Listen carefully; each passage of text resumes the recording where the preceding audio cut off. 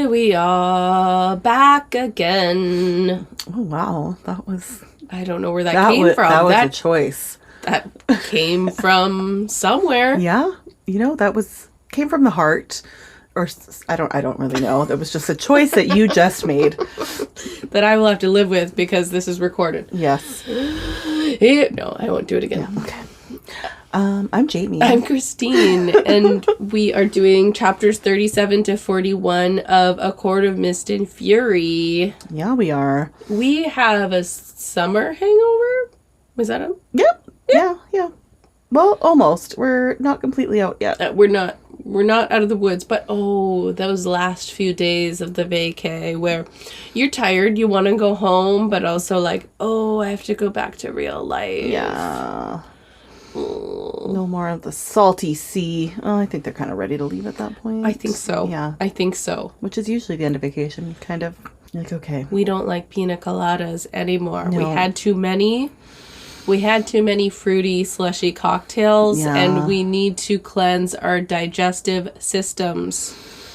Hopefully you didn't get some sort of, I don't know what people get on vacation. Okay, I was listening to the most recent episode that you posted, which is like way few chapters back, and we were talking, Farah, when she just starts admitting all the stuff about Tamlin. You're like, what is it called again? Oh, I called it diarrhea, and it's supposed to be vomit. It's word vomit. No, I thought of that too. Diarrhea on the brain, just because I think Sarah J. Maas and her watery bowels. Yes. So I just instantly went to diarrhea, but it's supposed to be word vomit. Yes, and I was listening today, and as soon as you started saying it in my mind, I was like, word vomit. Yeah. And I was like, why didn't I know that at the time or correct that? I'm very aware of what it is. And I just, Which, as the person who edits the podcast, I am constantly listening to myself and disagreeing with myself. Like, I go like, I think you missed a part. Or like, that doesn't make sense. Or I don't think that anymore, actually. I take it back. It's very surprising how much I flip-flop. That is a self-reflection that I've had listening to myself back. Like, I go back and forth. I have many different versions of what I think and how I feel, what my opinions are. Depends on the day, the mood, a lot of factors. Yeah. Well, anyway. Yes. What are you currently reading? Because, yes, we do read these books and talk about them on the podcast, but just some insight, we also read books on the side because we have some side books. We are cuckoo bananas people. Yeah, just love our books. So we have some side books, and I actually just finished Bride by Ali Hazelwood, and which I had seen a lot come up, and I didn't realize she was mainly like a romance type writer, and this is her first like into the fantasy like world. So it's very romantic-y. It's about a vampire and a werewolf. I enjoyed it. It's just the one book. It's in modern times. I just really liked it. I did learn a fun new thing. Which anyone that's kind of seen stuff about the book, it's not like a spoiler really, but it's, what is it called now? I was telling you about it earlier. I want to say rope. It's not that, but knotting. Yeah. So it's called knotting. So it's a modern relationship. Like they have phones and stuff. A werewolf and a vampire. Obviously, there's love and sex and war. And naturally, yes, all three. But if you really don't want to know, please just skip this part. But again, not like a big plot thing. Well, I never read the book, and you told me what this was, and I feel like it's like... So it's called knotting, or a knot, and it is actually a real thing. I found out when... Obviously, werewolves don't exist. I mean, maybe. Sorry if you actually do out there. But with, I guess, dogs and wolf-type creatures, that once they ejaculate after sex, their organ grows very large so that it gets stuck. So then the semen stays in to make sure that it's, like, in there. And Jamie, this is such a fun fact that I absolutely needed to know. And I think everybody does. So it is an actual thing that happens. You're welcome for this education. And so that is an issue that comes up in the book, which I was just like, oh. And like I said, it's why you don't pull dogs apart. Yes. Because someone could get hurt. Mm-hmm. So, it is an issue that comes up in the book, and I thought I was going to be more grossed out about it than I was. I'm going to take your word for it. Yeah. I'm a little grossed out. I'm like, it's still a bit weird, obviously, but I was just like, well, I wasn't expecting that. Okay. But all in all, it was good. I liked the characters, and there's lots of like side characters I liked, and it was like a nice quick read. So yeah, cool. You're welcome, everyone, for that. Yeah, I don't know if you've deterred anyone from that. I hope you are still here. No, I meant from the book. Oh. And it really is good, I promise. That's just like a tiny bit from it. So I just finished... I want to say finished because the Red Rising series... Did you finish a whole series? Well, I think there's 5 books. Okay. But the first 3 remind me of how A Court of Thorn and Roses, like the first 3 could be just a trio. Right? Okay, yeah. Like if it ended there, it'd be like, whoop, summed up. Like that's what the Red Rising one feels for me, is like the 3 are like, you could just end it there and you're fine. Yeah. So I started, I think it's called Iron Gold, but it is like it's like in the future and it's like a continuation. So like you don't have to continue on to do those. Yeah. If that makes sense. I don't think I couldn't stop if it was that option was there. Well, it reminds you of like ACOTAR, where it's like, yeah, I'll take it. Yeah, I love these characters. All right. Yeah. I don't know yet if it's going to be as good as the 3 were, but it's like, all right, I'll just go along for the ride. Fine. But I really, really loved the first 3. Okay. And I finished them in 3 weeks, which I don't know if that is fast or slow for some people, but... That was very fast for you, because I kept seeing your Goodreads, and I was like, oh, she's just... Like, and they're not small books. 3 in 3 weeks. Yeah, that's good for you. You have a job and children. Thank you. I did it. Yeah. Yes. But you like the series? I do want to read it. I loved it. The only thing for me is I'm not an action scene person. So that was the only downside for me, is there's lots of action and scenes like that where I'm like, what? Like my eyes glaze over. Oh, okay. And I do that in action movies too, where I'm like, just move. Yeah. Okay, what happens next? I love action movies. Okay, well, action. well, then you'll really like these books. Sometimes I do also hit that point with movies and books where I'm like, okay, we get it. Lots of people are dying. Yeah. Stabbing. But what I really loved about these books is there's a lot of lows and there's a lot of highs, which the lows can give you a lot of like anxiety. And like there were so many times where I'm like, I don't know if I can continue because I'm so like emotional roller coaster. But then because it happens so much, you start to trust the author that you're like, oh, you're going to bring it back up again. Like it's going to be okay. Things are going to like work out and piece together. Like you're not going to keep me in that place. Yes. It's not going to be like completely like, I'm going to trust that you're going to keep it moving, and like not everyone's going to be okay, because not everyone can be okay, but like in general things will be okay and this story will piece together. Yeah. If that makes sense. That does. That's actually a very, I feel like, good way of explaining things. But I think Sarah J. Maas books are kind of similar. Yes. Right? Like we're just coming out of a real depression era. Right. But these books are way more roller coastery. Oh, okay. Yeah. Well, I'm excited to see what happens when I finally read. Yeah, you should. Okay. Well, I prematurely apologize, and also apologize in the present, and I apologize in the future, because in these chapters there is a scene that I think it's actually the chapter that we're going into.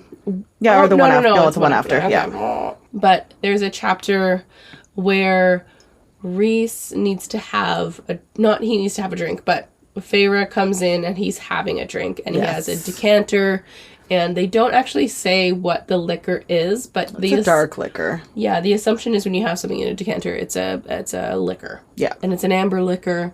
So we don't actually know what he's drinking, but I didn't want to just be like, okay, well, I'm just gonna pour a shot of whatever, because this is a podcast where we do cocktails. Yes. So I have to do something with it, but I knew that I needed to do a strong drink. So I was like, what might Reese be having that is like simple but still like this stiff drink that he needs because of what happens in the circumstances? Yes. What would he be drinking? And what is he drinking? He's drinking a Rob Roy. Ooh, and what is in that? So it's basically it's basically a Manhattan, but it's a twist of a Manhattan. So instead of like a bourbon rye, it's a Scotch whiskey with sweet vermouth and Angustura. Yeah, I don't even know. Bitters. Yeah.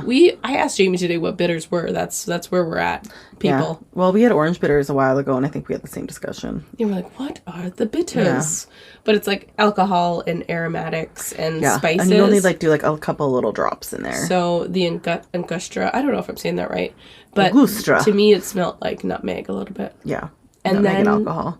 Yeah, and then I put a cherry. Yeah. What are they called though? Maraschino cherry? Yeah, maraschino cherry. Yeah. And that's it. It's super simple. I'm nervous. What are you going to call it? Okay. I wanted to call it either I Need a Drink or Reese Needs a Drink. Ooh. I like Reese Needs a Drink. I also had another name for it. Okay. I'm not drunk, I'm drinking, because that's what he does say. Okay. No, I agree with that one. That's it. Right. I even wrote that quote down. Yeah. But I didn't click for me. Okay, I like that one better. Not drunk, I'm drinking. Okay. And I am terrified. Me too. Oh, you can just smell the alcohol. Mm-hmm. Take cheers. Cheers! Ooh.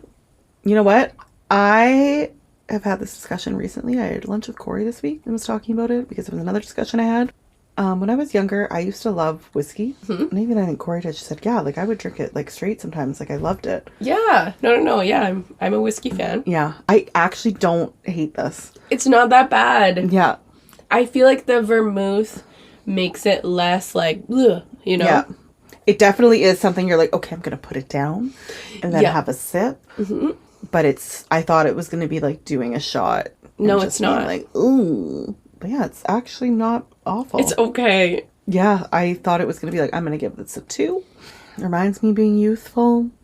Yeah, you were not this sophisticated as a youth. You were not doing the bitters and you did not have a maraschino cherry, I guarantee. Absolutely not. This is much, much better. I like it. I think going in, because we were both really like, oh, this is going to be so awful. Like, I can just smell the alcohol. But yeah, I'm not mad at it. Do you think Reese would like it? I think he really would. I think he would really appreciate it. He might ask you to live with him in his townhouse. And be his drink lady? Yeah. Yeah. Drink lady! Yes, Reese, I'm coming. Here's your cherry. And your lemon twist. I don't know why I'm really into that voice right now. Yeah, you are. Okay, what are you going to rate it? I'm going to give it a 5.6. Okay, I'm going to give it a 6. Because, yeah, it's not bad, but it's not like, oh, can't wait. I'm not itching to have it again. I would actually probably have it again one day. If I wanted a stiff drink, yes. Yeah. But am I usually wanting a stiff drink? No.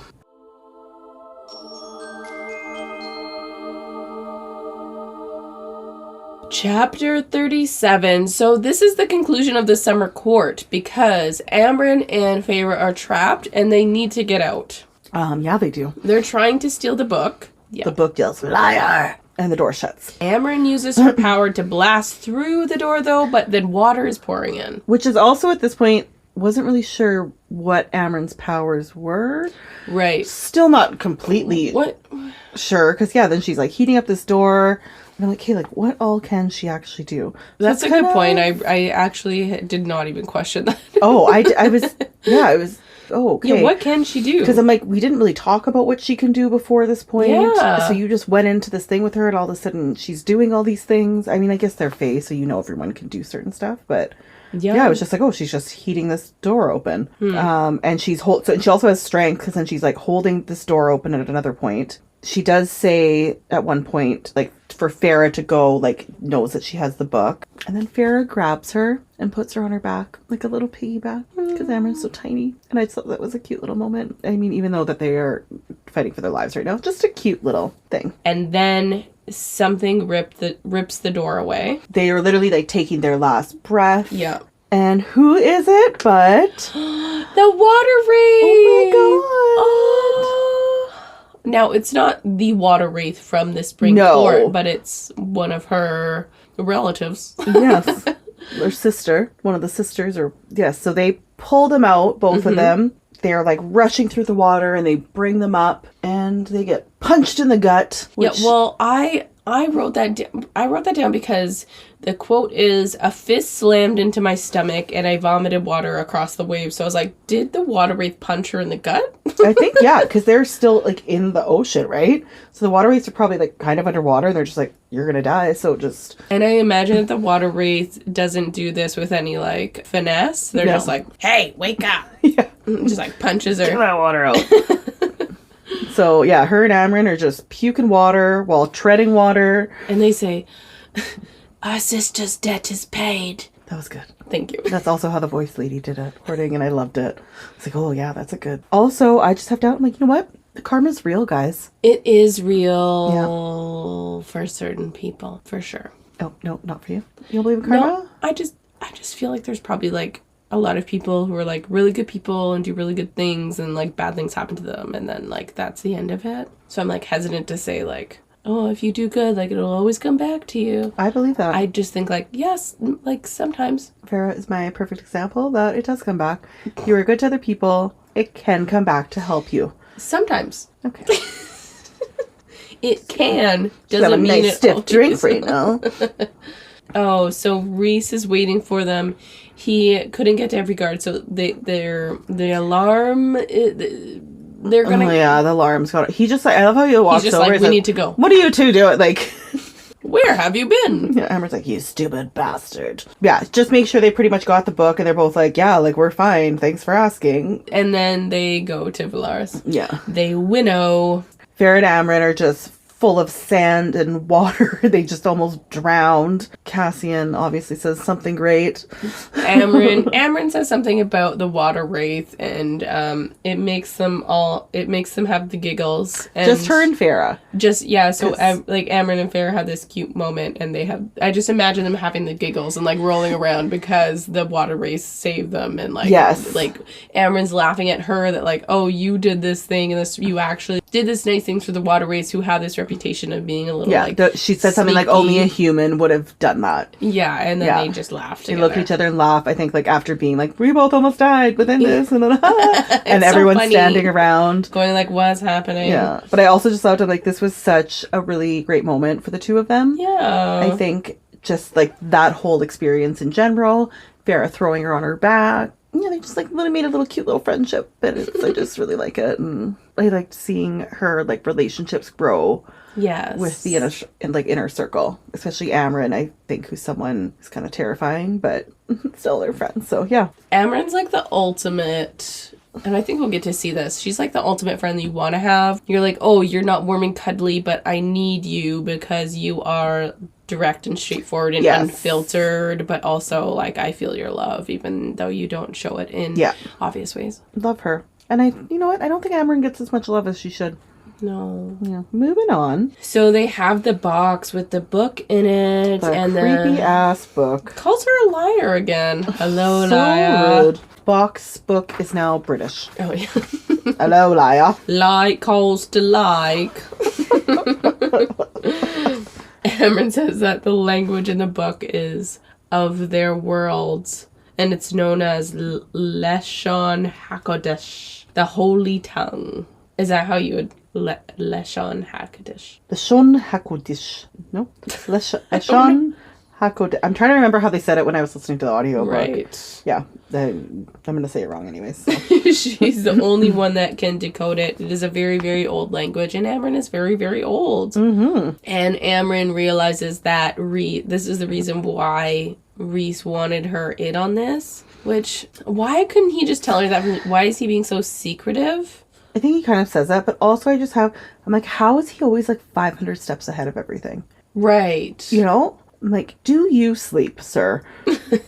Everything, like just so ahead of it. I think he does explain why he didn't tell her. Yeah. But I do also like that Moore kind of calls him out about his games. So it is something like they're all aware of. I can't remember exactly what she says, but he tries to stay in control But he makes other people feel bad because he doesn't bring them in, which isn't his intention. It's just his way of feeling in control. And he's like protecting people, I think, and so he does kind of say to Amren that it might also be able to free you. Yeah, so the human body that not the human body, but the fae body that she lives in, it's possible that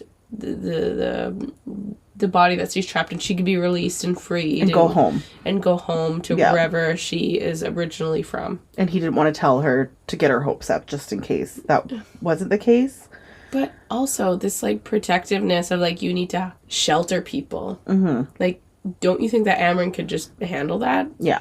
Hey, I do have I'm written here, this. Reese is frustrating. So, obviously, when I was reading this, I was also like, okay, I get what you're saying and doing. I think he, similar to Farah, like, takes a lot of stuff on. Even, like, him going under the mountain. He's like, okay, you are all going to stay here, my closest people. Right. And I'm going to go deal with this on my own, alone. And probably lied to them at some point so that they couldn't come with him. And so I think him and Farah do have that type of instinct. Yeah. There's just, like, there's a line that's been, in this particular situation, I feel like this is a line where, like, it wasn't necessary. Yeah, which I think more expresses, like, you didn't have to do that. Amren does kind of catch everyone up about what happened, and Farah and Reese make eye contact. And she says, through the bond, the dreams that are answered. I just love that then he's like, a sensual caress on her mental shields, and she lets him in. Like, what is a sensual caress on your mental shields? That's what I also picture, the hand thing. Obviously, nobody can see this. And, like, how would that feel, like, inside your mind? So weird. So that he answers back to the huntress who remembers to reach back to those less fortunate, and water wraiths who swim very, very fast. That was cute, though. I do like that he says that, just like saying, you know, like, Tamlin was so upset when she did that. It was the compliment that he gave her was more like your intent. I'm complimenting your intentions. Oh, I see why you would do that, and I love that about you. Just to automatically have, like, a good response to you doing a good thing instead of... Ooh. Another cherry could probably go in there. Yeah. Right? And I'm not even a cherry. Like, I won't eat cherries. Me neither. Oh, yeah. Okay, well, if you're making this drink, throw another cherry in there. Yeah. Like, I like the taste, like, but I don't like to eat cherries. Yep. Yeah. Well, because I think these are cherries that sit in syrup, like jarred cherries. Yeah, fair. That's why. Okay. That's why they're nice tasting. Oh, this is the chapter. This is the chapter where we get the drink. The Blood Rubies. Chapter 38. I would like to give a shout out to Christine for trying to find some rubies for our photo. I did. I Yeah. tried to look around. You couldn't find any blood rubies, eh? Well, I was like, you know those like red rocks that you see people like decorate. Yeah. No, I knew exactly when you said, you're like, I'm going to go look. I'm like, yeah, those will be easy. Like though. bigger beads. I did find some, but they were all like summer colors, like blues and greens. Yeah. We're moving into summer, so nobody wants red rocks. All right. Well, You should have asked, do you guys have any blood ruby looking things you don't here? have blood rubies in your store? Who are you? So after they all rest and recover from their near-death experience, Farah goes to the rooftop and Reese is sprawled out. His wings are out. That's how you know he's relaxing. He is. And it was also an unusually nice day that day. I just felt like it was a really nice vision when she walked up. I'm like, oh yeah, he probably looked great. Mm-hmm. In his, he's got his lounge chair made of iron. Little table beside it with his unknown liquor and his decanter on the table. So she kind of like goes, he's like, yeah, I know you're there. Fine, you can sit with me. It wasn't like a right away you could be like, oh, he's in a mood. She's like not used to him being rejecting, so I feel like anytime he's a little bit like moody or like slightly not enthusiastic about her presence, she's like, oh, but it's like, okay, you were an asshole for him for like a long while. Okay, but I feel like tolerated that also comes in with like the insecurity thing. Well, no, there's always a reason for it. Yeah. I'm just pointing it out that like I think I just really connect more with Farah than I thought. Sad. Yeah. Just let him be a sad boy. I know. You get to be a sad girl, let him be a sad boy. I think it just takes her a second at this part to like realize obviously It what's does happening. take her a minute. I think she realizes to be like, it oh, okay, too. I get what's happening here. Okay. So I wrote down a quote from him because I think it really talks, it really speaks to what he is brooding about, why he is drinking, basically. I debated it for a good while, you know, whether I should ask Tarquin for the book, but I thought that he might very well say no. Then sell the information to the highest bidder.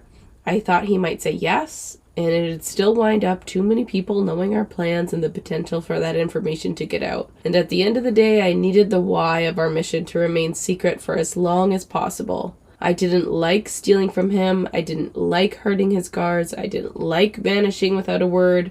When, ambition or no, he did truly want an alliance. Maybe even a friendship. No other High Lords ever bothered or dared, but I think Tarquin wanted to be my friend. I want to cry. Aww. It's so sad.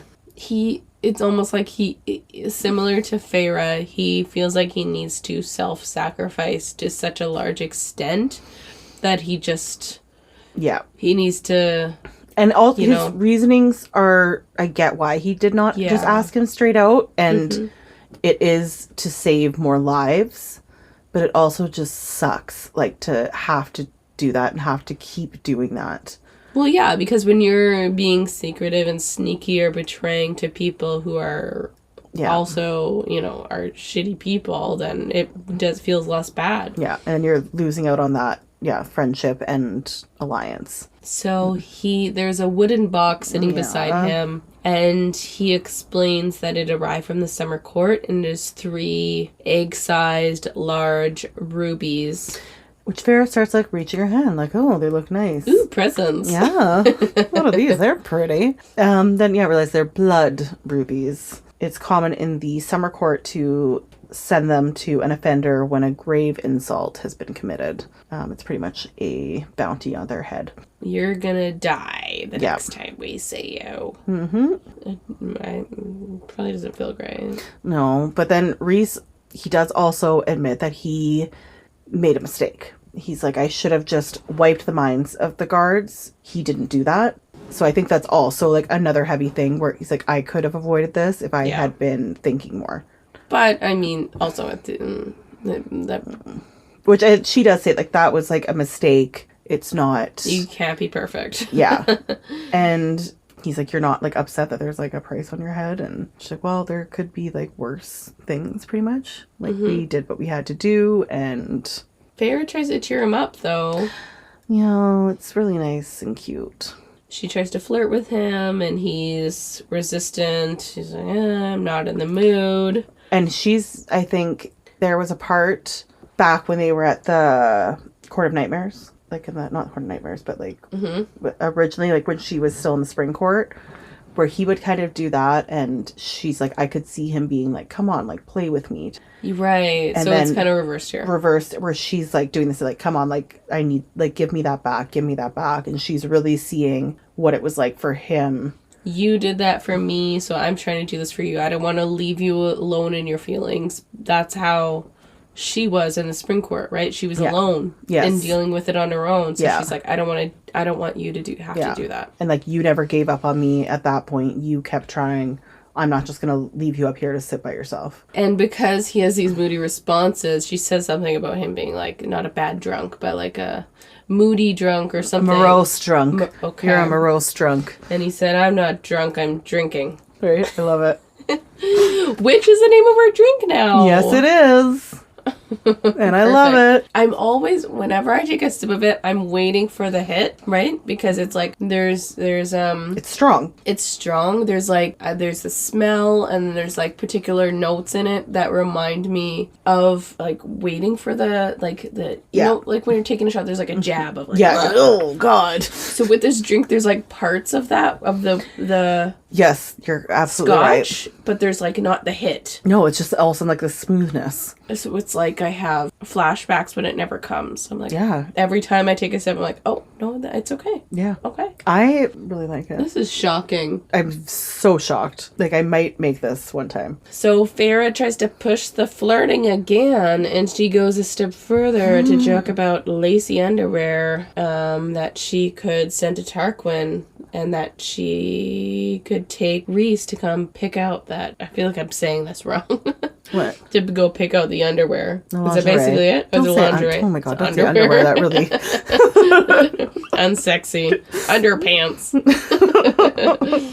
Asriel shows up, and so she takes off, but then she has this vision of her going into the shop. So she has this vision of going into Velaris and going into this lingerie shop and trying on different underwear, and it's very like sexual and sensual, and she gets really turned on and caught up in it. Reese and then is like, go lock the doors. The shop owners leave. And then she walks into a post.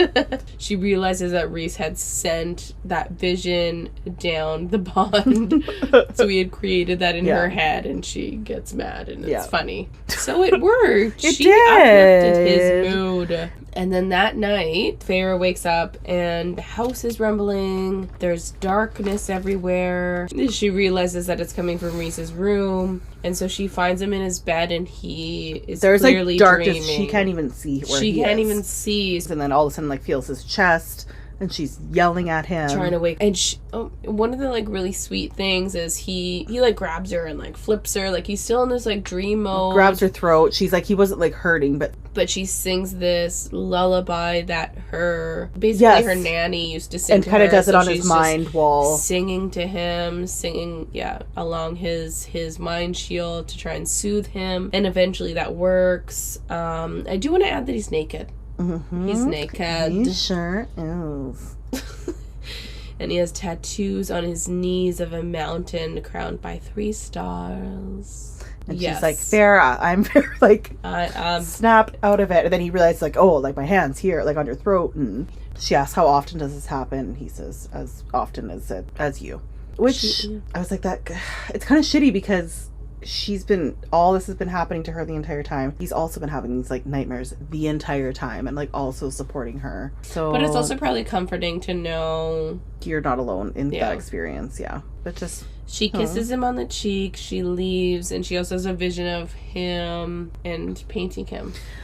I know, I loved it. She said, Reese still knelt, wings drooping across the white sheet, head bowed, his tattoos stark against his golden skin, a dark fallen prince. Just that description, I'm like, that does sound like a really beautiful painting. I did see one online where someone did like, obviously like fan art of that, and it was like a very beautiful photo, and I loved it. I mean, they had to darken out the penis, but that's fine.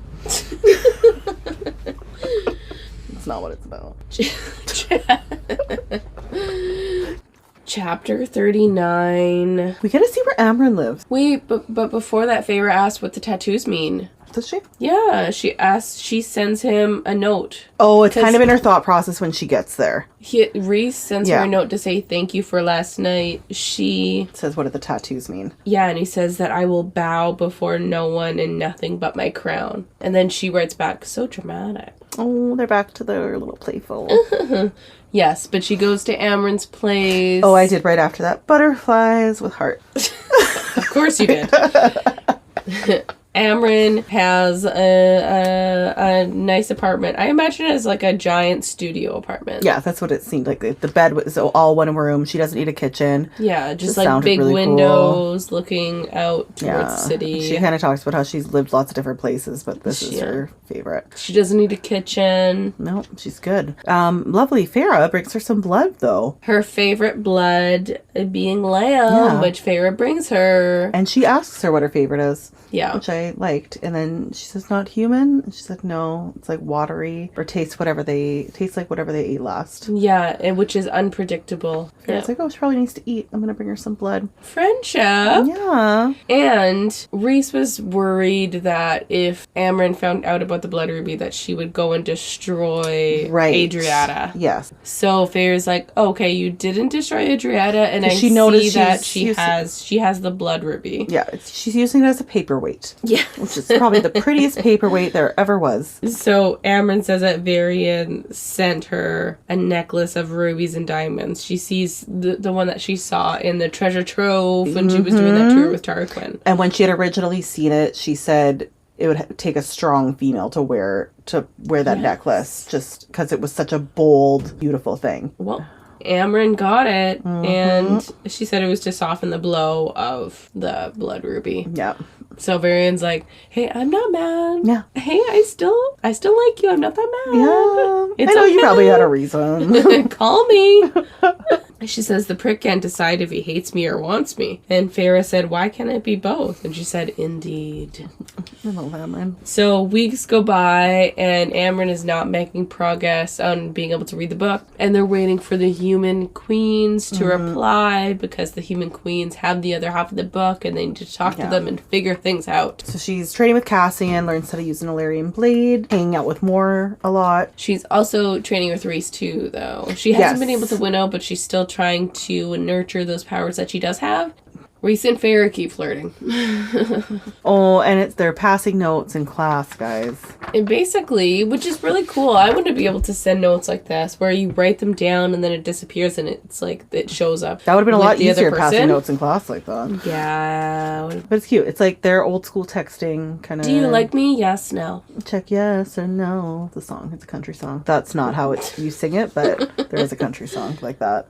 Farah asked Rhys about wanting to be a High Lord. Did you want to do it? He says yes and no. He saw how his father did it, and no, he didn't want to be like that. He says, for a moment, I hadn't been able to stop myself from comparing. Hamlin hadn't want to be a High Lord. He resented being High Lord, and maybe that was part of why the court had become what it was. But Rhysand, with a vision and the will and the desire and the passion to do it, he built something, which is super insightful, right? Where Tamlin is like, going about the motions, this is my duty, I'm just doing as it has been set out before me. Because that's the easiest. I'm going to go by what's already happened, or Anthe, like, you just tell me what to do. This is what it is. Yeah, I'm stuck in this. I'm just going to go, exactly. Like, whereas when you feel a passion for something, you both feel motivation to do the thing, but also make it different and better. Yes. And then they hear back from the human queens. It is time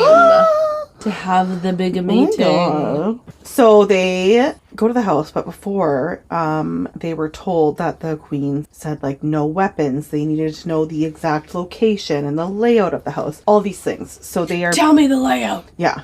So they were just thought it was like security reasons. So it's Farah, Rhys, Moore, Az, and Cass. So just no Amryn. Yeah, so no Amryn. And obviously your sisters, and they're there. And then all of a sudden the clock strikes, I can't remember. And the queens fucking winnow in. Human queens. And they're very confused. Same. Chapter ends. Chapter 40, there is 5 queens. Rhys is like, okay, where's the 6th one? And they're like, she's sick. She's sick. Not yeah, good, she's a headache. The winnowing, they explain, was a gift from a fae. They don't explain further. They're just like, it was a gift from the fae. Yeah. So at the end, I feel like at the end of the war, they got a lot of things, apparently. Yeah. Because they, number one, got the book, apparently got winnowing powers. And as we learn, like, later on in the chapter, their castle is, like, fae protected. Because Az says it's really hard to, like, infiltrate, but it has fae. So they, made out good after that war.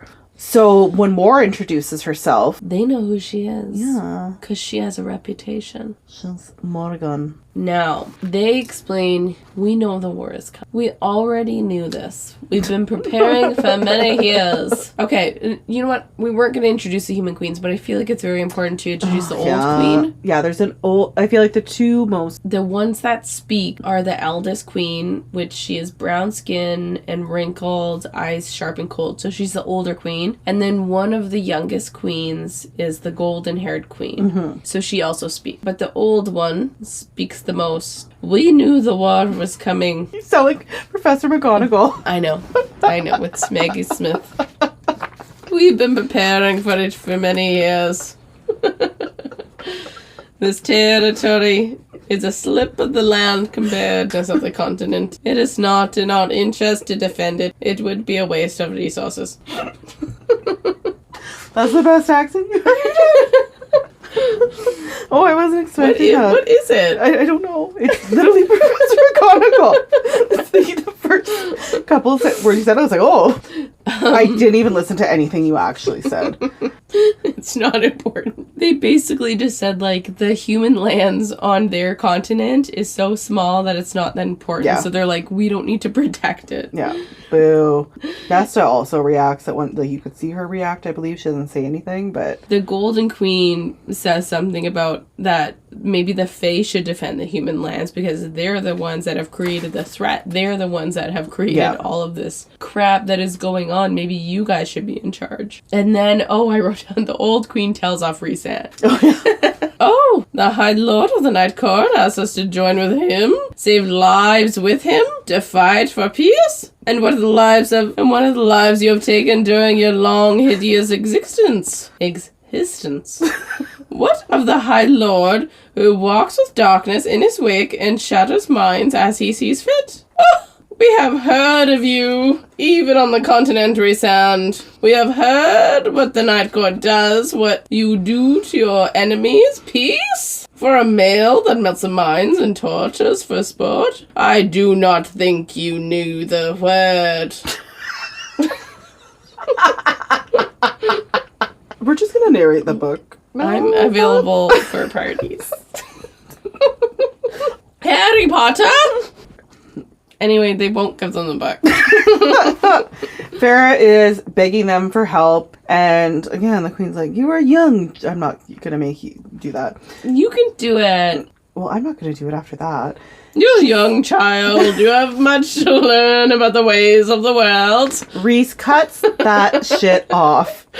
He's like, do not condescend her. Yes, Rhys. Many atrocities have been... Is this what I don't even know? You've just thrown me completely off. I blame the drink and your Scottish old lady accent. Oh my god. Yeah, okay. Anyways, Rhys cuts her off. Do not condescend her. Oh, more interrupts. There we go. More interrupts. Thank God. Yes. That's what we need right now. She says, you know who I am. I have the gift of truth. I am the Morgan. Which is always like, what is the gift of truth? Like everything. I don't know. Yeah. I don't know. I feel like that's always a constant question. She just says it, and maybe everyone accepts Right? it. Maybe if I'm going to start, you know what, guys? I have the gift of truth. So I have the gift of truth, so everyone listen up. Yeah. Everything I say is right. So she does say, like, do you think it's a coincidence? Do you think it is only simple coincidence that a human has been made immortal again at the very moment when our old enemy resurfaces? She says other stuff, obviously. But she's referencing Miriam, Yes. who was her friend. And basically... sorry. But she does kind of continue. I think she just gets really into her speech. She really did. She got caught up. Where Rhys had to kind of be like, more, like, cut it off, because she does how the queens laugh at the fact that they were talking about peace between their people, but she says there is an island in a forgotten part of the sea where Miriam and Drake can still live with their children and both their people, and that they've been there for the last 500 years. So yeah, they want proof that Rhys has good intentions and that he's not like the monster that everyone thinks he is. You're a good person, prove it. Yeah. Bye. And then Elaine. Oh, love this for Elaine. Yes. And even Farrah's like, Elaine, out of pretty much all people. Yeah. She's like, I hope they all burn in hell. I feel like Elaine has so much more that she's going to show us. Yeah. Same. And I'm waiting for it, and I'm down for it, and I can't wait for it. Very excited for her. And I love that she was the one to say that. So, yes, Elaine. So, chapter 41, they get back to the townhouse in Valeris. Is your throat scratchy from, It's, from sickness. Okay. So, Amaranth's like, oh, didn't go well. And they go to the garden, and I do like that Farrah points out that they're all kind of, they follow Rhys out to talk to him, and they're all sitting in iron chairs, which I just enjoyed. And she's like, if only everyone, like, in the human world could see all these fae sitting in iron chairs. Also, which I would have thought would have been a great painting. Right? Farrah, should have thought of that. So Reese and Amran, they kind of intertwine both of them telling the story because Reese was taking too long, and Amran's like, let's move and then, but Farrah's like, okay, what is this Miriam, Dracon, Durian story, guys? What's happening? Is it Draken? I feel like it's Draken. I know, I keep saying Dracon. It's just think of like Drake, Draco, but Draken. So Dracon. Draken. Oh yeah, I see. No. So her mother was a slave and a human slave. Yes, her father was Fae. Obviously, that was an assault of some sort. She was born, even though she was half Fae, she was deemed human and then also a slave. Prince Dracon, his betrothed, gave Miriam as a gift. So like, yeah. Oh, we're getting married. Here is this human slave. She's all yours. You're welcome. Yeah, he was disgusted by the idea and let her go. She finds Jurian, gets on board with... Jurian is leading the human army for the war. And they cross paths with Draken and his... Draken had called off his engagement. Yes, when then they joined together. Yeah. Then he realized that, and that's when she like kind of discovers that. And he had also been searching for this person for 3 years as well. But like she made him see like what a horrible person the queen was. Mm-hmm. So he had been searching for her. Yeah, for the past 3 years. Slowly they started to fall in love. And Jurian didn't know about it. No, so he was very focused on the war and everything, and obviously this part's kind of like Jurian ended up being killed by Amarantha, so he never discovered it, but he discovered it while he was the eye on Amarantha's hand, which is probably the worst time to know that you've been cheated on. I don't even know if he did discover it then, though. He did. Oh, he did. Yeah, okay. It says she told him, and it was after he. Oh, yeah. So you're but just also more like as Amran's kind of like saying it, then Moore's like, no, she broke it off with him before she did went any further with Drake. Right. So it's a confusing. Yeah, way. Like, we don't actually know what happened, but so they made it look like that they died pretty much in the war. Yeah, everyone or they thinks just they're disappeared, dead. but they went to the Black Land, and now it's like a protective place. Like you can't find it, and they live peacefully with human and fae alike. But even like Amarantha didn't know they lived. They're like, it's a huge it's a secret. Yeah, but they're kind of in this place where they're it's like between a rock and a hard place. Like, do we show these queens of Valaris that it exists so that they can? Well, they kind of talk about showing them that, like Miriam and Drake, like that whole thing. Yes, should we do that? Yeah, Reese is like, absolutely not. We can't like betray our friends like that. That's all they wanted after everything was just to live peacefully. But it also it doesn't show that Reese is a good person, right? It has nothing to do with him. So they're like that's not helpful. No, doesn't make them trust me. Yeah, so Reese is like, we're gonna have to show them Valaris. Just wanted to spice that up there. Was that your attempt at Maggie Smith? Valaris. No. Oh. I'm not really sure what that was. Yeah, as soon as he said, it's like, oh, he's gonna have to show them. I was like, no. I know. Like, don't do it. They're like, what? Like, you're gonna bring them here? He's like, oh no, like that'll be a shit show. So absolutely we need the orb. So the orb is the Veritas. So it shows truth, and the human queens will know what it is because it has a reputation. People know what it is. They know if they see something through this orb that it is actually the truth. Yeah. So the orb exists in the Court of Nightmares, which they need to go to. Yeah, Moore's dad has it. Yeah. Which is going to be awkward. Reese is really worried, though. So which I really like that he just says this outright to her, which is really wonderful. Like, he brings her into the conversation. Yes, so right before that, Farrah goes out to Valaris to kind of walk around by herself. I just kind of like that she just kind of goes and like nobody's like saying, no, you can't go. And she's just like, I need to kind of like some time to go. So she's supposed to kind of walk around. Yeah. And she was still kind of nervous to go in the quarter, didn't do that. But just, goes, I was like, that's nice. Like, just, you've had a lot going on. And she's just so free, you know? Yeah, she never got to do that. Yeah, and I just liked, and she kind of just said to Reese, I'm going to go walk around. And she's like, he didn't say, like, be careful or watch out. She's just like, I was just went for a walk. It seems very right, like simple, but Yeah, this was a big thing. But then, yeah, it's coming back. He's sitting there. Yeah, he said, you've only started to look at me like I'm not a monster. Yeah, so he's stressed about bringing her because he has to put on that High Lord mask. Yeah, act like he's shitty, and he likes how she is looking at him. Yeah.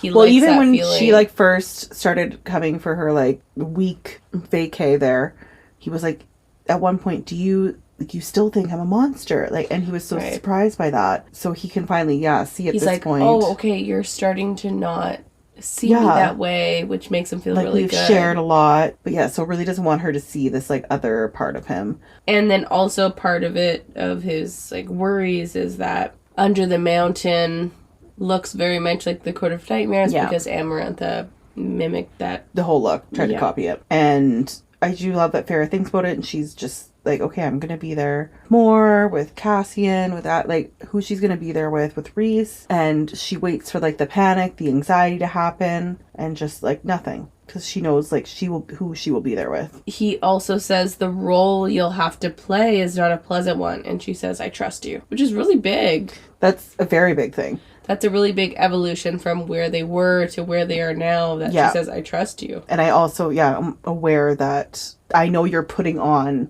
to be putting on this mask. She does say like, oh, you're going to be playing that role of... And then he trusts her, and she's... Oh my God. Trust.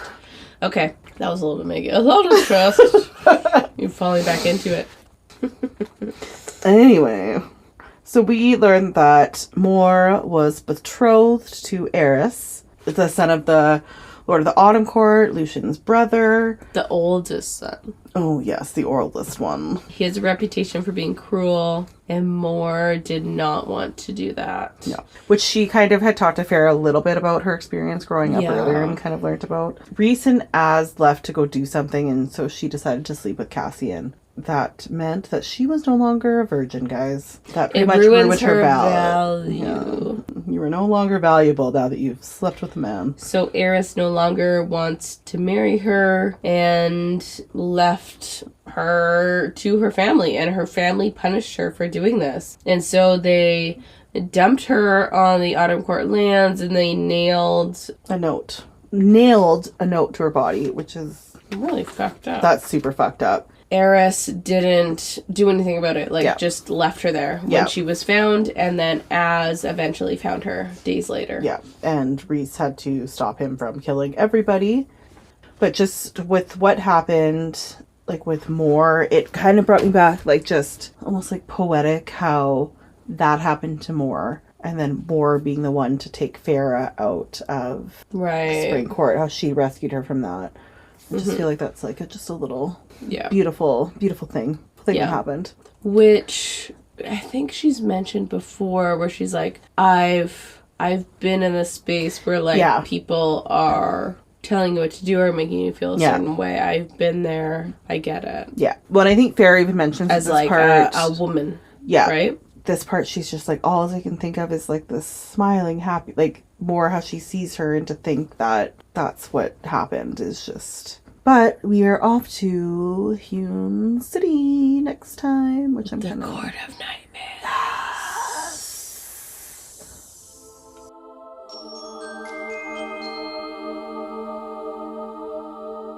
Woo! Spicy. Liquor. Casting call.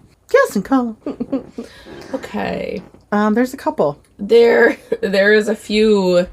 Now, some of them you have casted and I have not. Yes. But that is a matter of preference. I mean, I just have a list of like the 1, 2, 3, 4, 5. Wait, 5? There's 5 human queens, but we were introduced to, but there's 6 total. Yes. Yeah. Okay. Some are more important than others. Yeah, some don't say anything. Right? So we have the 2 queens that actually speak. Yeah. So we have the Golden Queen, who is one of the young queens, and then we have the oldest queen, and then we have the other ones, which are, like, I don't know what. I think I just, like, read the description, and then it was like, oh, these are the people that come to mind, so that's who I'm envisioning in the meeting. Okay. So I'm just going to say... I have 3 out of 5 casted. Okay. Okay, let's do the old queen first. Okay, I have Octavia Spencer. Oh! Well, duh, no. Yeah, of course. Of course, yeah. I have Tracy Ellis Ross. Oh! Which she's only like 50, so she's not like... No, she's only that. They could be like the same age. I love her, though. Yeah, but I think of the book and I'm like an old, wrinkly queen, and like She's neither of them are wrinkly. Even Octavia Spencer I don't think is old enough. Yeah. We'll give them wrinkles then. There is an actress in Bridgerton who I also think would be a good one. Okay, well, as long as she can do Maggie Smith, then you got the part. She's British and old. But I do really like Octavia Spencer for it as well. Well, she can do anything. Yeah, she's really good, because at first I was like, oh, she's too, like, kind of nice to play that, but I'm like, no, but I'm like, I've seen her not play nice, so. Yeah. Yeah, and I just love her. And the only thing I struggle with this is that Farrah at one point does mention, she's like, they're very much like all different shapes and sizes, and yeah, like, I think very like just human looking. And then I was like, I'm struggling to pick people, because when I was picking, I'm thinking of like actresses, and I'm like, no, they're not going to be all these different shapes and sizes and that. Farrah thinks they don't care how they look. So basically, Farrah thinks that it's secondary. She assumes that their looks are secondary, like they don't care about how they look. She does also say that, but she does also say that they're different shapes and sizes. Yeah. Yes. But it just reminded me of that, where it was, I didn't love it. It felt a little bit assumptive. Like, if you look a certain way, it means you don't care about aesthetic, how you look. Yes, that's true. Where it's like, babe, you were covered by shit while you were fighting a worm, and like, you still looked hot. Yeah. You know, like, there is a hot privilege in that. Oh, 100%. Yes. Right? So I just questioned that remark. But no, I get what you're saying. Like, the queens are different shapes and sizes, and to have to find different actresses and actors to play certain roles that are different sized people is very, very difficult. Yes, like, I feel like I would have really had to like deep dive more to do it, and I just did not do it. It was pretty much the first people that came to my mind when I was reading it. Before I even read that remark, this was just kind of who I had thought. So they are all very beautiful women. Not that anyone of any different shapes and stuff, like, whatever, but I just... No. I felt like if I was actually going to be a casting, like, taking it more seriously, this is not who I would pick. It's almost impossible. Yeah. Yeah. Okay. Totally. So... Okay, let's do the Golden Queen. Okay. Who did you have? Taylor Swift. Did you? But Taylor Swift when she had curly hair. Well, yes, obviously. So either Taylor... Like, in her Taylor Lautner era. Yes, so Taylor when she was dating Taylor Lautner, or it would be Taylor now if she's willing to go back to her old hair. I think she could. She would actually be pretty good at that. I agree. That is, Which is a twist and turn of events, because I am neutral on Taylor Swift, but you are a Taylor Swift fan. I am a huge Taylor Swift fan. I will be going to see Taylor Swift this year. I picked Christine up to come here and played her some Taylor Swift. So no, I love like Taylor's first 2 albums. I'm a fan of. Well, those I did go through, like, those I was obsessed with. I feel like we all were. And then I kind of went, I'm like, oh, kind of down. And then I became a big fan again. Not that I didn't like the ones in between, but just her first 2, I think, will always be like some of my favorites, like all those songs. Even when I was in college, I used to walk to the train and just listen to like her first one, and it was like years after it came out. It just made me happy. Mm-hmm. Okay, well, I love that. Now mine's Steph Cameron. Oh, which I don't think is bad. I think that's good. But I cast her in a different book role, like I've told you. So yeah, but I think now, like, I think she has that like more sweet. Dove doesn't have as much of that sweetness look. She kind of has that little bit of an evil look to her. Yes. Where Taylor would have that, like, oh.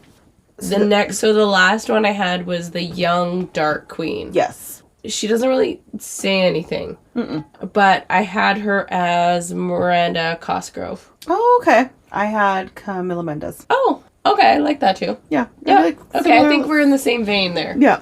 Yeah. Same vibes from both of them. Yeah. Okay, the 2 like opposite ones. Like Yeah. they were like black. I have no opinion. Okay. I did Gabrielle Union and Gemma Chan. Okay. The reason that I hate casting these is because it's like... You don't know them?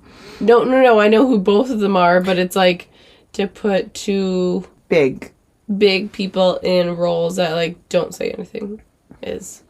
I feel like this would almost be one of those movies, though, that is just like, they have a big budget. They're like, hey, you want to come do this? They're like, yeah. Say nothing. Yeah, this is great. How much are you going to pay me? I also really love Gabrielle Union, and I just want to see her in more. So I'm always like, I actually kind of want to take that and maybe like put it hopefully somewhere in the future. I just love her. Well, my favorite is Bring It On. That's right. Oh my God, so good. I mean, she's been in lots of other stuff too, but still, I know. that'll be her like forever. Just like, yes, so good. Okay, MVP.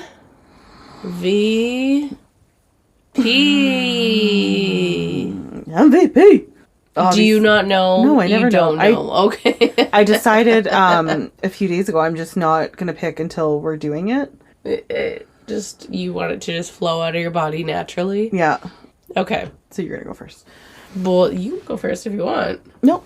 Okay, mine's the old queen. Yeah, that's fair. Just because she told off Reese and it made me laugh. Yep. That's it. I'm an old human That's queen. it. He's like, I'm 5,000 years older than you, and She's like, fuck you, I'm good. Yep. Okay, my MVP is Elaine. Oh. Yeah. You know, that was, I feel like I want to give you more credit if you had thought of this before, but because it's on the fly. I did as I was like originally listening to it, but I never like to actually fine. officially decide. I'm always like, oh, for that MVP or for that, and then I just, once we like go through and recap stuff, and then I'm like, okay. But yeah, Elaine, 100%. I just, because that was when Farrah's leading up talking about it, like she was like, Elaine, like shocked that she said it.